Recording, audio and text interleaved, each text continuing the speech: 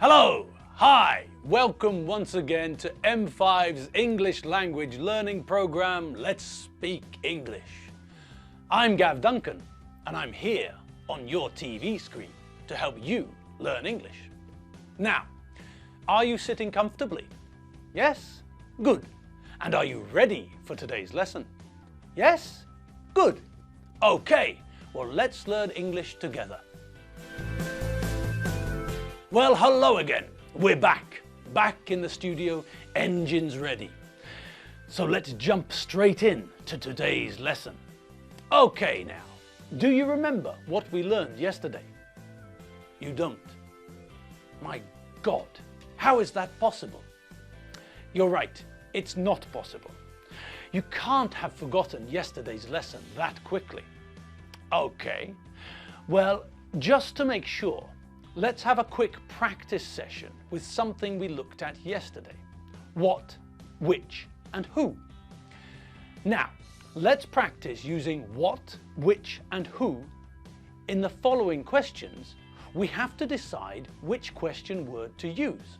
What, which, or who. Did you talk to on the phone just now?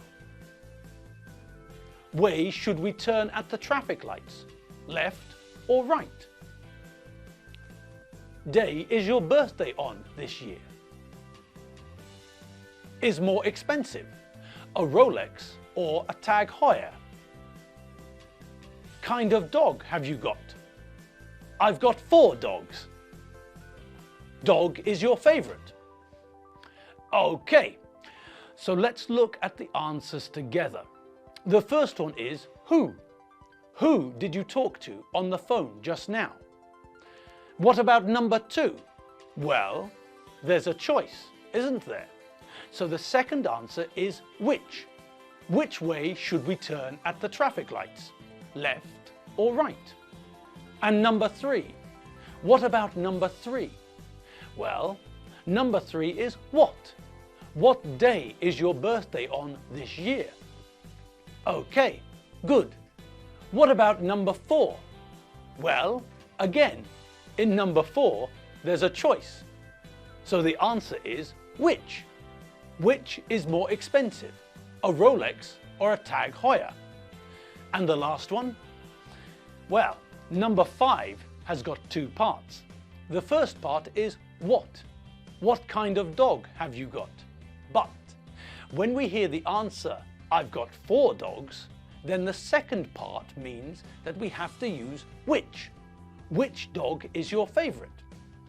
Okay, so we know now how to use who, what, and which. Now, when did we see which yesterday? That's right, when Loretta came into the kitchen for breakfast. Do you remember? Dave made breakfast in the kitchen while Loretta was getting ready in the bathroom. She brushed her teeth and got dressed and put her makeup on. Then Loretta left the bedroom and came into the kitchen for breakfast. Now, Loretta knew which plate was her plate because of the food on the plates. Loretta likes poached eggs and Dave likes scrambled eggs. When Loretta came into the kitchen, she could see 2 plates on the kitchen table. Dave put the plates onto the table. Also on the table, there was some cutlery, a knife and fork for Dave to use, and a knife and fork for Loretta. There was a bottle of ketchup on the table, and a salt cellar and a pepper pot. Okay, so far so good. But when Loretta saw the 2 coffee cups on the table, she didn't know which coffee was hers and which coffee was Dave's. So she asked Dave, which is my coffee and which is your coffee? So, because there was a choice involved, Loretta used the question word which. Good. Now, do you remember why Loretta asked about the coffee? That's correct, a diddly diddly diddly do. She asked about the coffee because Dave and Loretta prefer different coffees. Dave drinks his coffee with sugar, not sweetener, and Loretta drinks her coffee with sweetener, not sugar.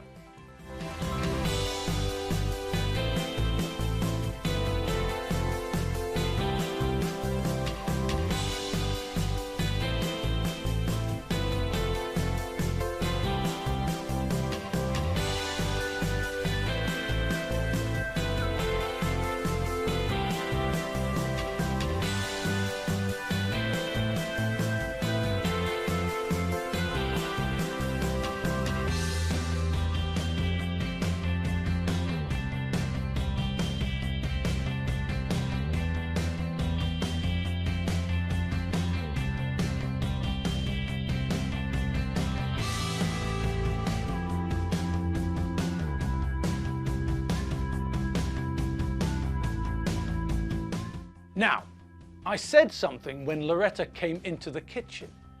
Did you hear it? I said that when Loretta came into the kitchen, she could see 2 plates on the table. Now, what do you think that means? Well, if we're talking about the present tense, I'd say Loretta comes into the kitchen, she can see 2 plates on the table. Okay, we know that we change come to comes for the third person singular for Loretta. But look at the second part of the sentence. She could see 2 plates on the table. So, can in the present is could in the past. Simple. Now, back to the breakfast. Dave made breakfast. He cooked scrambled eggs for himself and he cooked a poached egg for Loretta. Dave laid the table. He put the plates on the table, put the cutlery, the knives and forks next to the plates, put 2 glasses onto the table, made the coffee and poured the coffee into 2 cups. Then he put the coffee cups onto the table, too. Dave also put the salt and pepper onto the table. The salt is in a salt cellar and the pepper is in a pepper mill. After Loretta brushed her teeth and washed her face and put her makeup on and got dressed, then she left the bedroom and went into the kitchen. After she asked Dave which coffee was her coffee, she sat down. Then Dave sat down too, and they ate their breakfast and drank their coffee. When Dave cooked the eggs, he added salt. But Loretta likes lots of salt on her food, so she seasoned her poached egg with salt. She picked up the salt cellar and shook some salt onto her food. Dave likes pepper on his scrambled eggs, so he picked up the pepper mill and ground some pepper onto his scrambled eggs. Dave ground too much pepper onto his scrambled eggs and the room filled with pepper. I bet you know what happened next, don't you? That's right. Dave and Loretta sneezed and sneezed and sneezed. Finally, Loretta told Dave to open the window. Dave opened the window and after a few seconds, things calmed down again. Dave closed the window and he sat down again. Dave and Loretta ate their eggs and drank their coffee. After she finished her coffee, Loretta drank some apple juice, and after Dave finished his coffee, he drank some mineral water. Dave likes carbonated mineral water, water with bubbles. Loretta prefers still mineral water, water without bubbles. After they finished their breakfast, Dave and Loretta cleared the table. Dave cleared away the dirty breakfast dishes and put them into the dishwasher.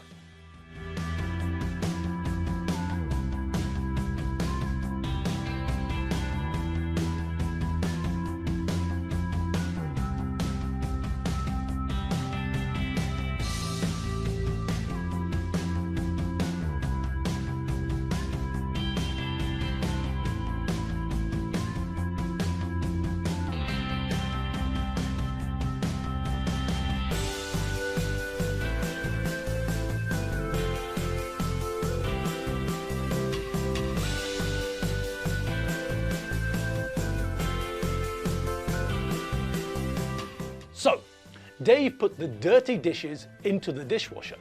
Now the dishwasher was full, so Dave put a dishwater tablet into the machine and started the dishwasher. He turned the dishwasher on. Loretta put the salt and pepper back onto the worktop and put the ketchup back into the fridge.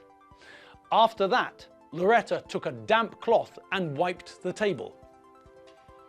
She cleaned the top of the table and threw away the crumbs of food that were still on the table. When Dave and Loretta eat bread or toast for breakfast, Loretta always gathers the crumbs from the bed and toast and throws them outside for the birds. Well, hello people! Hello, it's me, Enid, again. I'm back with some more helpful examples of everyday English. Now, if I remember correctly, the last time we met, we talked about booking a table in a restaurant, didn't we? Well, last night I tried to book a table in a restaurant and things didn't go as planned. Yesterday afternoon, I phoned the restaurant and when someone picked up the phone, I said, "Good afternoon." But when I said, "I'd like to book a table for 2 at 7:30, the man on the other end of the phone said that they didn't have a table free at that time. He said, "I'm sorry, we don't have any tables free at 7:30. All our tables are booked. We're fully booked." I was stunned. I always book my dinner table for 7:30. So, what could I do? Well, in a situation like this, first, we don't panic. Then we ask about alternative times. Different times when the restaurant has free tables. I asked the man, "When do you have a free table?"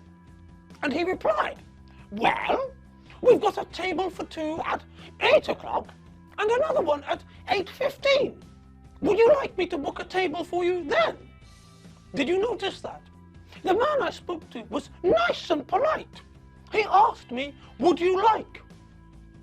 I then said to the man, "Yes, please. Could you book me a table for 2 at 8 o'clock, please?" The man said, "Of course." And then he said, "What name?" Now, the question, "What name?" is not a very good question. It's only half a question, really. But in the modern world, people who work in restaurants are always busy. So, when you're on the phone to a restaurant, you should expect to hear "what name" instead of a long question from a textbook like, "Can I ask which name to book the table in, please?" It's possible that one day you'll book a table and the person on the other end of the phone will ask, "Can I ask which name to book the table in, please?" But I think it's more likely that the person will ask, "What name, please?" Anyway, when someone asks you this question, all you have to do is tell them your name. Normally, we tell people our surname. It makes things simpler. So I replied, "Fotherington Smythe. My full name is Enid Fotherington Smythe, you see." After that, the man confirmed what we agreed on. He said, "Okay, that's a table booked for 2 at 8 o'clock this evening in the name of Fotherington Smythe. Thank you for your patience, Miss Fotherington Smythe. We'll see you this evening. Goodbye." I replied, "Goodbye," and then I put the phone down. See? Easy. Now we can book a table in a restaurant when things are a little bit more complicated. Oh, and is that the time? Good Gordon Highlanders, I need to start getting ready. Toodaloo, pip pip, jitty bye. Oh, and she's gone. Blimey. Well, that was helpful, wasn't it? Great. Well, that's all we've got time for today. We've come to the end of the lesson. I had fun today. I hope you had fun too. You've been watching M5's English Language Learning Program. Don't forget to check out all the videos at www.m5tv.com. I'm Gav Duncan. I'm not Darth Paul and I'm not Angus MacGyver. I'm Gav Duncan and I'll see you next lesson. See you later. Bye.